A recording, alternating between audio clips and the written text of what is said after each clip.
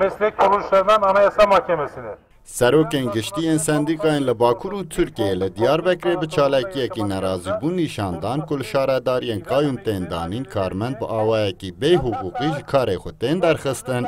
Hat ragihandin ku bêyt û sedemeke huquqî bê nîşanda hetanha ji 1600 zêdetir karmend û karkerên şaredariyan hatine derxistin. Hükümetle, muhalefet partileriyle Serokê Rêveberiya Giştiyê Keskê Mehmet Bozgeyik daxuyand ku bi awayekî kêfî û bê nîşandana tu sedemekî huquqî derxistina karmendan berdewam dike.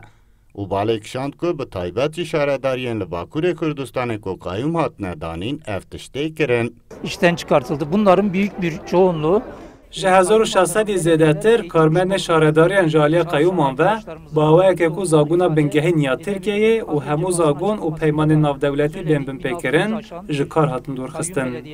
Ev nenazkirina hiqûqê ye û em jî di çarçobeya hiqûqê de têkoşîna xwe didûmînin.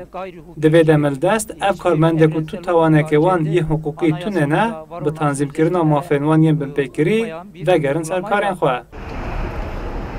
Bal hat kişandin ku ji xwe rewşa pandemiyê li ser jiyan û debara welatiyan bandorê neyînî kiriye û bi derxistin û dûrxistina karmendan re jî malbat dikevin tengasiyên mezin.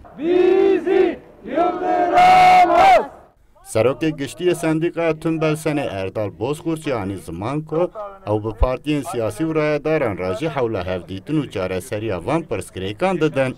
Bozkurt anî ziman ku li welatekî ku huquq ji binîva nemabe ev tiştên kirin û karmend jî bi awayekî kêfî ji kar tên derxistin. Bir resmi görüşme, örneğin İçişleri Bakanlığı ile görüşmek üzere taleplerimiz var. Me li ser vê mijarê bi partiyên li parlamentoya re hin hevdîtinan kir û em ê bikin. Me ji Wezîrê Navxweyî Tirkiyeyê daxwaza hevdîtinê kiriye û em li benda bersivê ne. Em ê bi AK Partiyê re jî hevdîtinan bikin û daxwaz bikin ku ev kirinên derhiqûqî û kêfî bên rawestandin.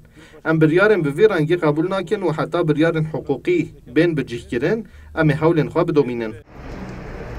Piştî daxuyaniyê û çalakiya rûniştinê rêveberên sendîkayan bi şiyarên em mafdarin û em ê bi ser bikevin çalakiya xwe bidawiyanîn.